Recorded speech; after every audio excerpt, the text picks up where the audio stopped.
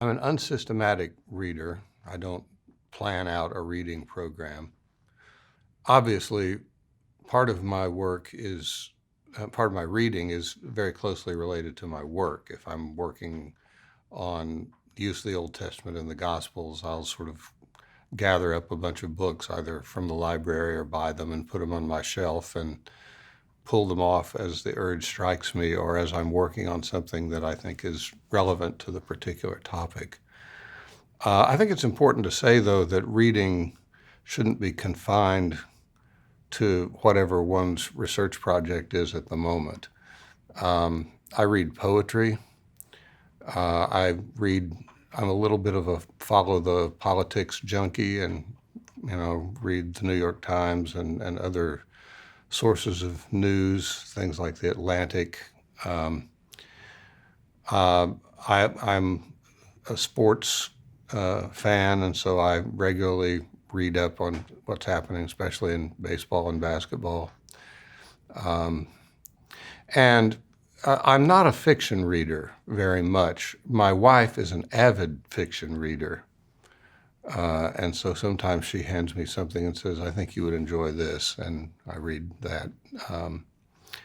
But I just kind of bumble around and read whatever comes to hand. And I just don't have the patience to wade through a 500-page novel most of the time. I think it's why I like poetry. It tends to be distilled, concise, compact. So, there are only so many hours in a day, only so many hours in a life. And I just, I don't have the patience to read novels, generally speaking. I want to keep moving. It's a challenge. When I say I'm a slow reader, I read carefully. And I think I tend to hear the sentences I read in my mind. I do the same thing when I write. I'm also a slow writer because I'm listening to the sentences I write. So it's a challenge, and I don't read, I'm sure, as widely as some other people who are very prolific writers in my field. In that sense, I'm selective about what I read. I try to decide if something is really good or if it's really pertinent to what I'm working on, and then I concentrate on it.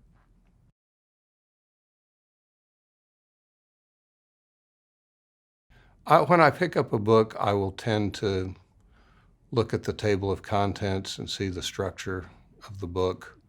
If there are, sometimes you can read the ends of chapters, chapter summaries, read the conclusion.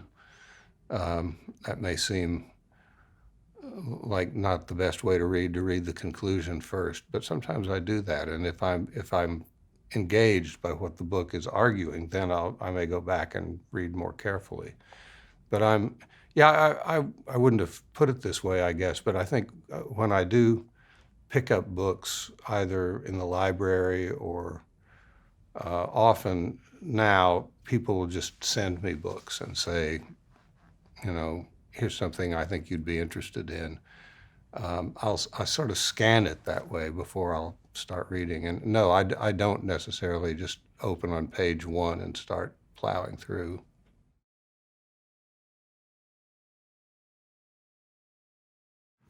It would be not truthful if I said I had a disciplined process for taking notes and filing my research. Again, it depends on what I'm reading, but if I'm actually reading in a very focused way for a research purpose, I will take notes. I now take notes pretty much by hand on a lined yellow pad. And I will file them away in file folders. If, for example, if I'm writing a book and I have a sense of what the structure of the chapters is going to be, I may have a folder for each chapter that I will stick things into. And it may be notes I've taken on a book. It may even just be some thoughts that occur to me when I wake up in the morning. You know, I'll jot some stuff down and stick it in the folder. When I was starting to write a dissertation back in the 1970s, I wrote things on 3x5 note cards and filed them away in a little box that held the 3x5 cards. I never did that again after the dissertation. And of course, that was, when I was doing that, nobody had a personal computer yet. It didn't exist. I was writing on a typewriter.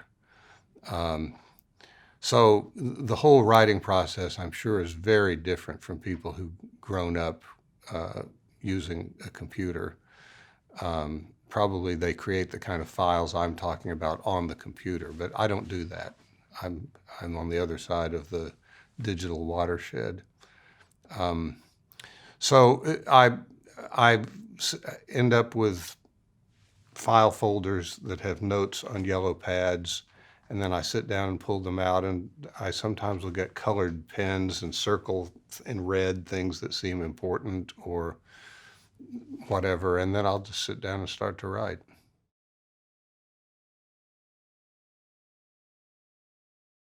I'm not copying out quotations. I'll have page number and then some sort of note about it to remind myself of the idea that occurs there or the information that I've gleaned from that. There wouldn't be tremendous numbers of pages for most books. There'd just be, I really tend to note just things that I think are particularly significant or things I haven't thought of before or whatever. Also, and because I'm a New Testament scholar and working on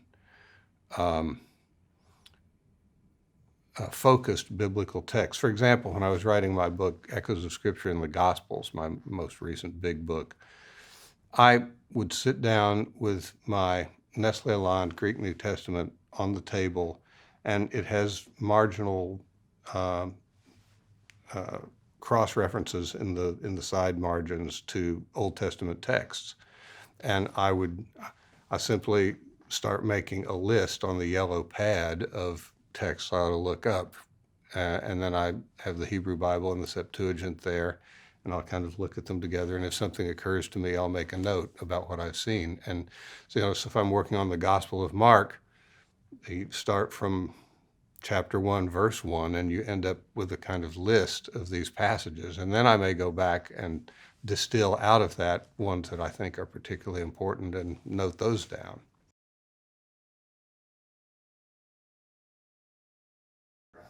I think it's a little mysterious. I think there's some sort of process of synthesis that goes on in the brain as I'm working through this. And I begin to see, let's see, maybe there are 5 major themes here that I need to think about. And then with my yellow pad, I make an outline of what those themes are. And then I may go through and circle the ones that are related to theme A in green or with a highlighter, the ones that are related to theme B in yellow, and so on, and start to organize them that way. But it's a very intuitive process, I think. The act of writing involves a reflection and generation of ideas that occurs for me, again, slowly over time. The things sort of coalesce. And at some point I think, oh, I see where I'm going with this. For academic writing, I'm starting, again, a handwritten outline. For some odd reason, I find that I don't do well at all with writing an outline on the computer at the keyboard. I outline on the yellow pad. And that's true also for my lectures that I give in class. I like to outline by hand. But then when I actually write, I sit down at the computer and start writing from that outline.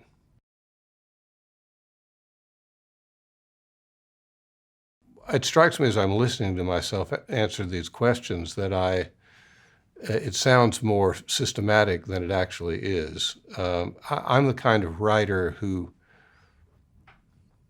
often learns what I think as I write. Ideas occur to me. The sentences and paragraphs start flowing towards some direction I might not even have anticipated. So for me, writing is a kind of thinking out loud. I think others are very different in that way. I think of my very good friend, Tom Wright. I think Tom more or less has it all in his head, and he sits down at the keyboard and boom, it comes out. For me, there's a process of learning as I write.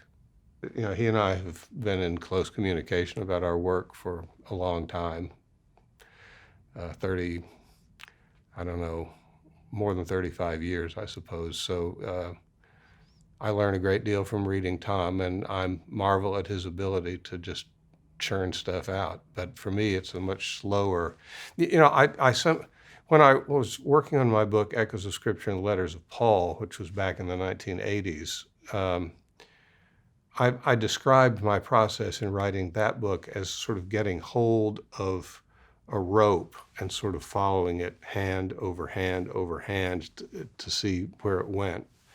I didn't know where that book was going to go when I started it.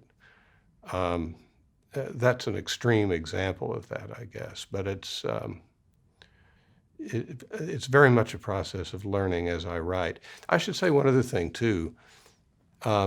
I learn a lot from lecturing about the topics that I'm planning to write on, whether it's a class lecture or whether it's an invited talk to a church group or an academic conference. Being forced to stand up in front of a group of people and articulate some ideas is an incredibly helpful process, part of the writing process for me.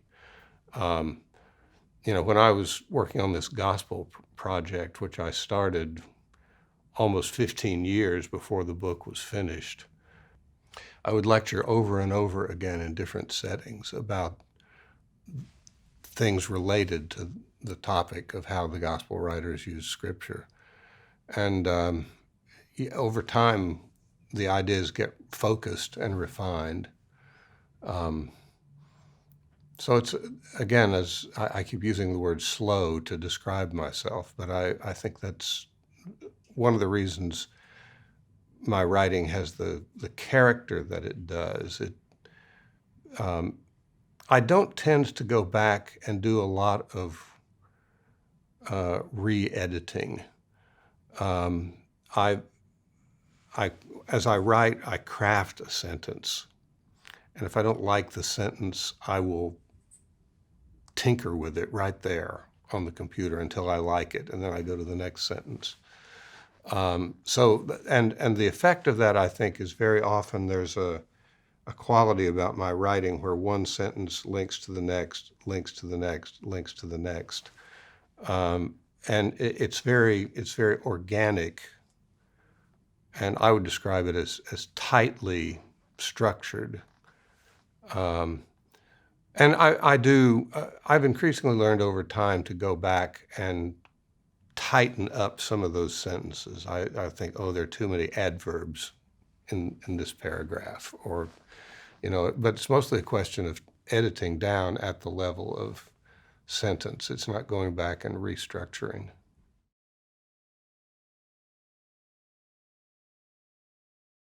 It is an art, and a good sentence is one that sounds good. I think that's one of the reasons that the oral delivery of material in lectures is so important for me. Is this a sentence that is going to get people's attention and make them feel that this is well, I'm not really answering your question. I started to say make them feel that this is a thoughtfully crafted sentence. A lot of academic writing is formulaic and cumbersome, and we don't like to read books. I don't like to read books like that. I like to read books where the sentences have some life to them. I wish I had the quotation that from Thomas Merton that I ran across a long time ago, where he talks about writing sentences that are not half dead. And he says, "We who love God, why are we so careless in our art of writing?" This is paraphrase, it's not a direct quotation now, but he says, we who are committed to the Word incarnate, why do we take so little trouble to write sentences that are not half dead when those who don't know God sometimes take pains to write so well? And that sentiment really impressed itself upon me as something that I have cared about a lot, writing that has a kind of music to it.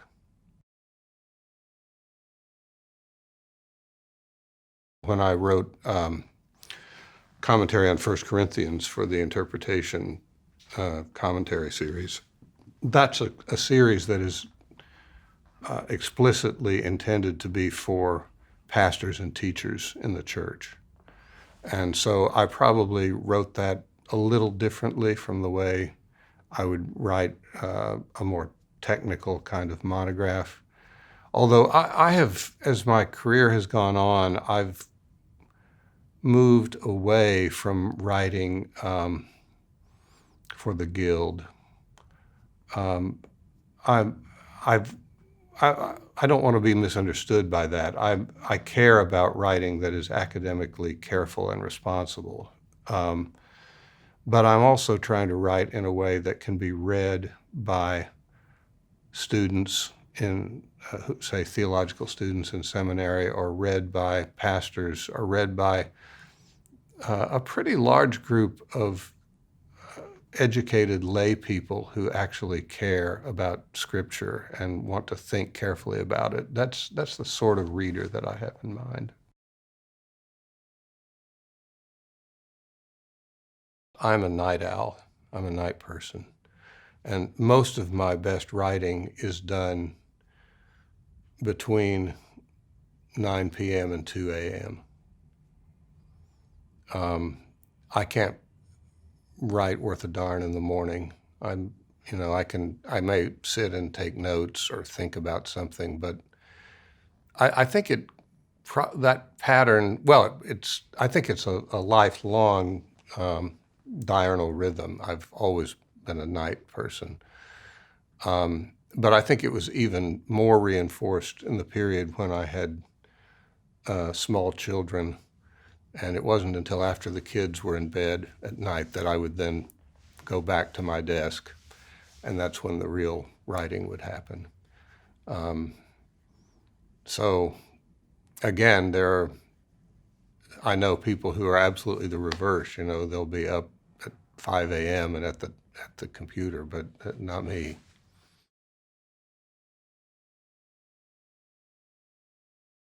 I've never done any serious writing in my campus offices that I've had.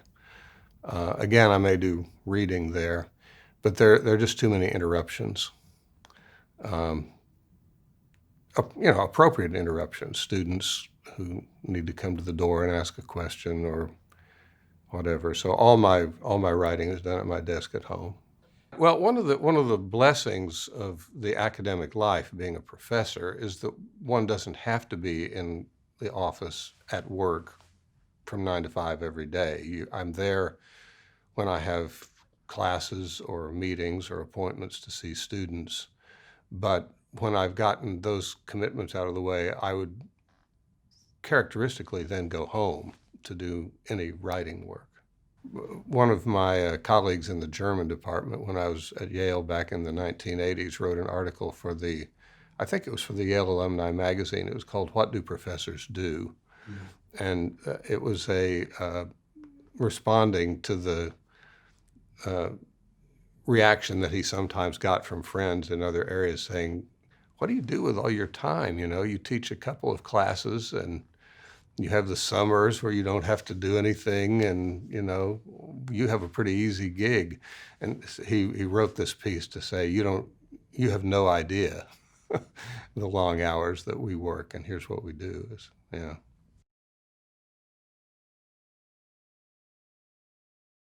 The first thing I would say is that, especially if you're in an institution that is um, focused on research and having high standards for scholarly production in order to get tenure, the pressures are immense.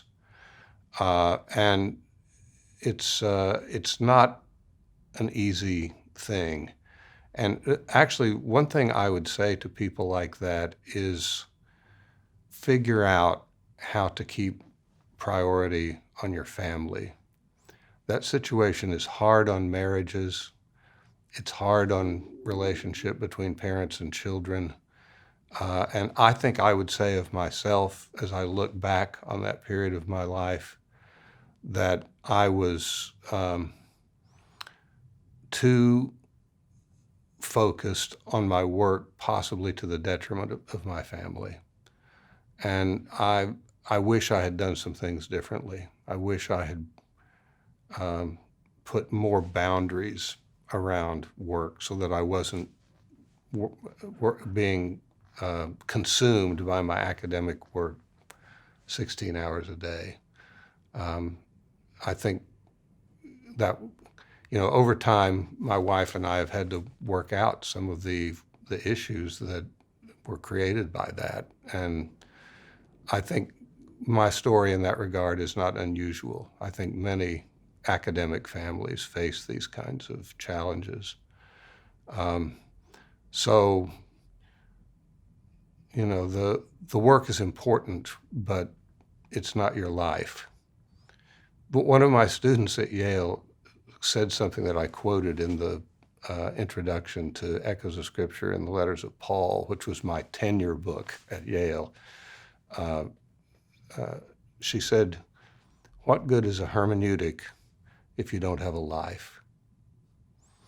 And figure out how to have a life.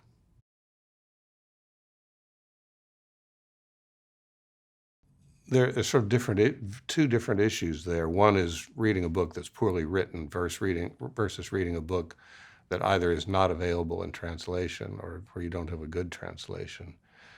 Again, my advice, I think, would be take your time, especially when you're reading something that's not in your first language. That can be a powerful learning experience. My colleague Ellen Davis likes to say that one of the great virtues of reading the Bible in Greek or Hebrew is that it slows you down and forces you to pay attention. And that's not a bad thing, that's a good thing. Anytime you spend unpacking that language is time well spent. On the badly written book question, I sort of despair of giving advice about that. If it's badly written, go on and read something else that's well written.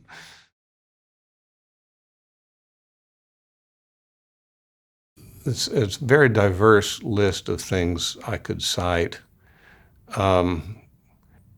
T.S. Eliot's Four Quartets, or the collected poems and plays of T.S. Eliot, has been an important companion for me through much of my life. It repays going back to read again and again. Some of Dietrich Bonhoeffer's key works, The Cost of Discipleship, Life Together, those are books that one can read with great profit again and again. Some of C.S. Lewis, one of Lewis's set of books that I think is not as widely read as it should be is actually what's called his space trilogy, Out of the Silent Planet, Perelandra, and That Hideous Strength. I read those books when I was in college, I guess, and they really had an impact on me. Most people read the Narnia books, and they read Lewis's apologetic essays, and those are great too. But that space trilogy actually was very mind expanding for me. I would recommend those. Lewis, in those books, I think, practices what some literary critics have called defamiliarization. He has a way of describing experience that causes you to realize the way you're used to looking at things could be very different. His hero in that trilogy is a professor named Ransom, who ends up, through a strange set of circumstances, being transported to Mars and encountering creatures whose way of organizing experience is very different from what we're used to. And it's just, it causes you to take a step back and say, oh, I might see the world very differently from how I'm used to seeing it. Another transformative book for me was John Howard Yoder's The Politics of Jesus. Yoder has now fallen into some disfavor because of things that have come out about inappropriate personal behavior in his life. But that's still, for me, that book was something that made me think in a very different way about New Testament and ethics. It's one of the informative sources behind my book, The Moral Vision of the New Testament. So those are some of the ones that come to mind that I would say these have been important for me.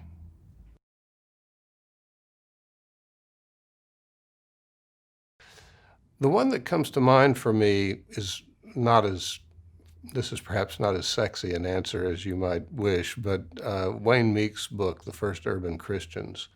I think the reason people would be surprised by that is that I'm more of a literary and theological scholar in terms of my approach to the New Testament, and Meek's is very much a champion of social history of early Christianity. And in fact, Wayne and I, he was a senior colleague during the years I was at Yale.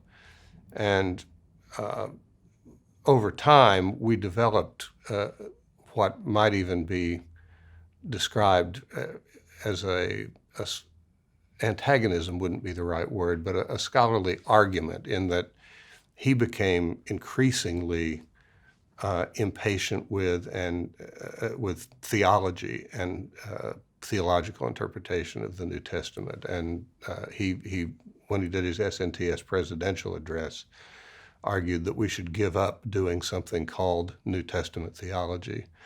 And I, of course, have been a champion of theological interpretation of the Bible.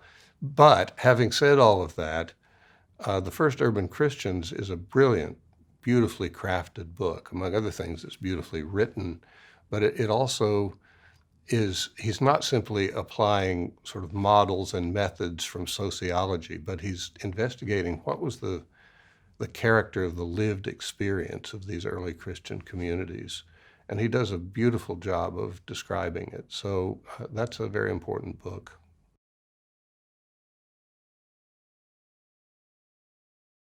The underappreciated books that come to mind for me are not books that are more recent. A couple of older classics. C.H. Dodd, According to the Scriptures, a tiny little book that was originally a set of lectures he did that is, for me, an important stimulus to a lot of my work. And similarly, Niels Dahl, who was a wonderful scholar at Yale, who never really wrote the big book, but he has several collections of his essays. Jesus in the Memory of the Early Church, Crucified Messiah, and Studies in Paul. All three of those books are just wonderfully wise and learned distillations, essays on the New Testament, assessing critical problems in a way that's very, very insightful. And I wish Dahl's work were more widely read.